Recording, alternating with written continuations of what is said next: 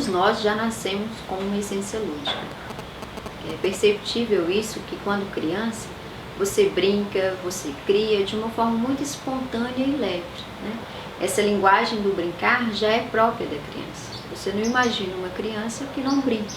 E mesmo aquela que não brinque, ela vive de uma forma sem muitos segmentos de regras sociais. Então é como se ela tivesse plena, né? Existe uma plenitude nessa essência lúdica, que é uma plenitude do ser humano como um todo. À medida que a gente vai se desenvolvendo, se tornando adulto, as regras sociais fazem com que a gente vai perdendo essa essência lúdica ou vai deixando de olhar para ela. Ela continua ali, dentro de você, mas esse acaba não sendo o foco de atenção.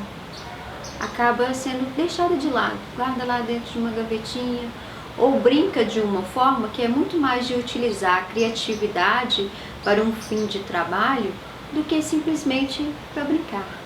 Esse lúdico, a ludicidade, ela é essencial para o ser humano no sentido de que ela traz várias possibilidades de perceber o mundo de forma diferenciada. Isso faz com que as pessoas possam lidar com as coisas do dia a dia sob diferentes perspectivas, né? Quando há uma questão, uma situação que a gente considera como um problema, por exemplo, não há apenas uma solução. O que faz com que o ser humano possa ter várias formas de resiliência, de enfrentamento daquela situação, é a nossa essência lúdica, né? Perceber vários objetos de formas diferenciadas, várias situações sob diferentes olhares. O palhaço, ele é o que a gente chama de arquétipo. O que é o arquétipo? É como se fosse aquele estudo da caverna de Platão, né? Onde há uma imagem externa à caverna, mas o que a gente vê é a reflexão dela, né? O reflexo dela no interno. O arquétipo é esse reflexo, né? A gente não consegue captar a imagem como um todo, né? Mas ele é o que representa algo. O arquétipo do palhaço, ele traz em si essa essência lúdica, né? É muito difícil pensar num palhaço que não traz uma possibilidade de alegria ou de uma lente nova diante das coisas, ou até aquelas pessoas que temem o palhaço, traz no mínimo uma sensação diferente do cotidiano, né?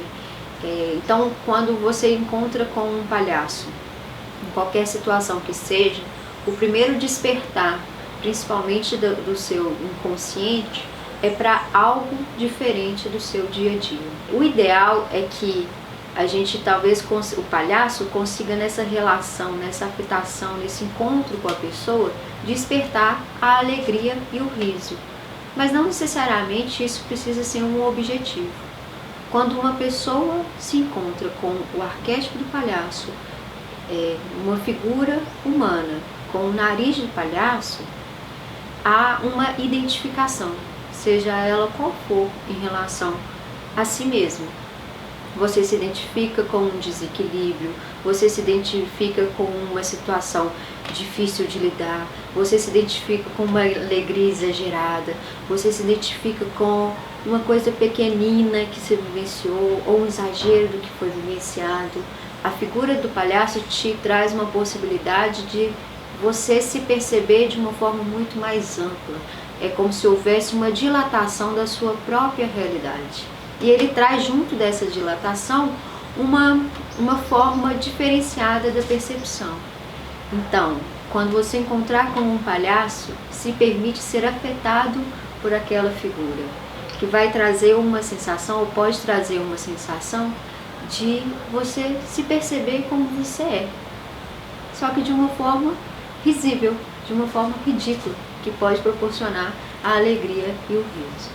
Eu percebo duas possibilidades básicas assim, de como que o palhaço pode permitir esse autoconhecimento. Uma primeira é você, ao encontrar um palhaço, estar aberto e se permitir ser afetado ou vivenciar o que lhe é trazido ali no momento. Se você tiver vontade de rir, ria, se tiver vontade de chorar, chora, se tiver vontade de gritar, grite. Ele te permite essa amplitude de possibilidades de comportamento que, se fosse seguir apenas as regras sociais, elas seriam tolhidas. Estar ao lado ou o encontro de palhaço te permite ser mais livre.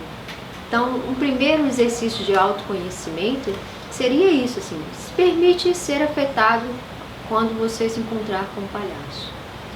E um outro que talvez seja mais profundo nesse exercício de autoconhecimento é quando você faz uma formação em palhaçaria ou faz uma formação de palhaço, né? Não sei se quer entender ou estudar ou se aprofundar mais nessa linguagem do palhaço. E aí você percebe que o palhaço nada mais é do que você mesmo, ou exagerado, ou na sua essência mais peculiar, né? Aquilo que você não mostra para ninguém, ou em determinadas situações onde você se envergonha de um comportamento e aí você expõe ele de uma forma que vamos ver o que acontece daquilo. As regras geralmente que a gente vive na sociedade traz uma certa vergonha, faz com que a gente se esconda diante de comportamentos e na verdade esses são os seus comportamentos mais puros, mais essenciais, né? Então quando você se permite colocar a máscara do palhaço, existe uma certa possibilidade de um encontro com o outro que vai se fazer realizar nessa relação, e o que vai ser trazido dessa relação faz com que você esteja no estado de prontidão diariamente, porque tudo pode acontecer, você não sabe o que vai vir desse encontro, e para isso você precisa se conhecer. Como é que eu lido numa situação de tristeza? Como é que eu lido numa situação de agressividade? Como é que eu lido numa situação de alegria? Né? Como você vai percebendo. E aí a gente fala assim, que nesse jogo, nessa interação, você vai percebendo quais são as suas possibilidades de estar ali com o outro na sua essência mais pura. E quem vai te trazer essas 1001 possibilidades é você valorizar a sua essência lúdica. Então, é valorizar esse brincar. Você, adulto, permita-se brincar. Você, ser humano, permita-se encontrar seu palhaço. Isso faz com que vocês se tornem mais conhecedores de si mesmo e se tornem mais leves também diante da sociedade, mais plenos, né? Quando amanhecer, você chega e fala: posso viver, estou pronto. Estou pronta.